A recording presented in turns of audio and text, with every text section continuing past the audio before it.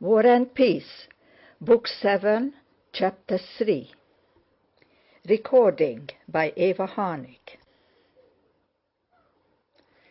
The weather was already growing wintry, and morning frosts congealed an earth saturated by autumn rains. The verdure had thickened, and its bright green stood out sharply against the brownish strips of winter rye trodden down by the cattle, and against the pale yellow stubble of the spring buckwheat. The wooded ravines and the copses, which at the end of August had still been green islands amid black fields and stubble, had become golden and bright red islands amid the green winter rye. The hares had already half changed their summer coats, the fox cubs were beginning to scatter, and the young wolves were bigger than dogs. It was the best time of the year for the chase.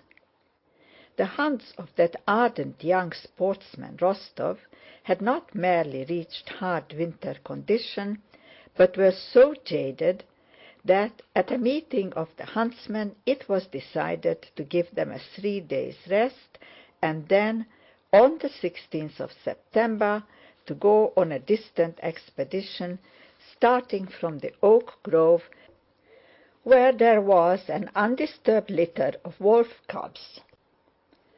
All that day the hunts remained at home. It was frosty and the air was sharp, but toward evening the sky became overcast and it began to thaw. On the 15th, when young Rostov in his dressing gown looked out of the window, he saw it was an unsurpassable morning for hunting. It was as if the sky were melting and sinking to the earth without any wind. The only motion in the air was that of the dripping microscopic particles of drizzling mist. The bare twigs in the garden were hung with transparent drops which fell on the freshly fallen leaves. The earth in the kitchen garden looked wet and black and glistened like poppy seed, and at a short distance merged into the dull, moist veil of mist. Nicholas went out into the wet and muddy porch. There was a smell of decaying leaves and of dog. Milka, a black-spotted, broad-hunched bitch with prominent black eyes, got up on seeing her master, stretched her hind legs, lay down like a hare, and then suddenly jumped up and licked him right on his nose and mustache. Another borzoi, a dog catching sight of his master from the garden path, arched his back and, rushing headlong toward the porch with lifted tail, began rubbing himself against his legs. "Ahoy!" came at that moment, that inimitable huntsman's call, which unites the deepest bass with the shrillest tenor, and round the corner came Daniel, the head huntsman and head kennelman, a gray, wrinkled old man with hair cut straight over his forehead, Ukrainian fashion, a long bent whip in his hand, and that look of independence and scorn of everything that is only seen in huntsmen.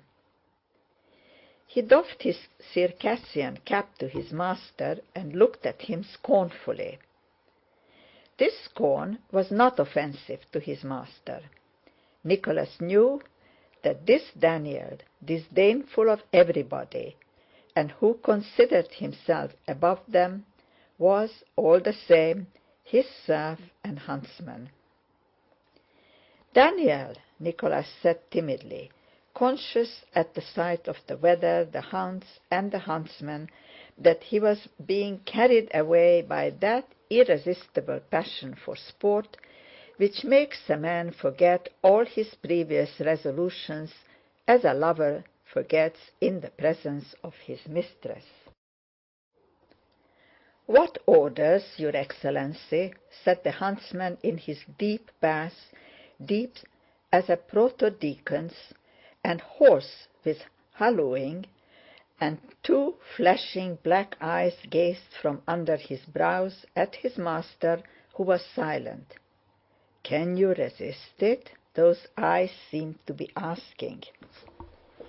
"It is a good day, eh? For a hunt and a gallop, eh?" asked Nicholas, scratching Milka behind the ears. Daniel did not answer, but winked instead. "I sent Uvárka down to listen," his bass boomed out after a minute's pause. "He says she has moved them into the Otradno enclosure. They were howling there." This meant that the she-wolf, about whom they both knew, had moved with her cubs to the Otradno copse, a small place 1.5 miles from the house. "We ought to go, don't you think so?" said Nicholas. "Come to me with Uvárka." "As you please." "Then put off feeding them." "Yes, sir." 5 minutes later Daniel and Uvárka were standing in Nicholas's big study. Though Daniel was not a big man, to see him in a room was like seeing a horse or a bear on the floor among the furniture and surroundings of human life. Daniel himself felt this, and as usual stood just inside the door, trying to speak softly and not move for fear of breaking something in the master's apartment. And he hastened to say all that was necessary, so as to get from under that ceiling out into the open, under the sky, once more. Having finished his inquiries and extorted from Daniel an opinion that the hunts were fit, Daniel himself wished to go hunting, Nicholas ordered the horses to be saddled. But just as Daniel was about to go, Natásha came in with rapid steps, not having done up her hair or finished dressing, and with her old nurse's big shawl wrapped round her. Pétya ran in at the same time. "You are going?" asked Natásha. "I knew you would." "Sónya said you would not go, but I knew that today is the sort of day when you couldn't help going." "Yes, we are going," replied Nicholas reluctantly, for today, as he intended to hunt seriously, he did not want to take Natásha and Pétya. "We are going, but only wolf hunting." "It would be dull for you." "You know it is my greatest pleasure," said Natásha. "It is not fair. You are going by yourself, are having the horses saddled, and said nothing to us about it." "No barrier bars a Russian's path. We'll go!" shouted Pétya. "But you can't. Mamma said you mustn't," said Nicholas to Natásha. "Yes, I will go. I shall certainly go," said Natásha decisively. "Daniel, tell them to saddle for us, and Michael must come with my dogs," she added to the huntsman. It seemed to Daniel irksome and improper to be in a room at all, but to have anything to do with a young lady seemed to him impossible. He cast down his eyes and hurried out as if it were none of his business, careful as he went not to inflict any accidental injury on the young lady. End of Chapter 3. Recording by Eva Harnick, Ponte Vedra, Florida.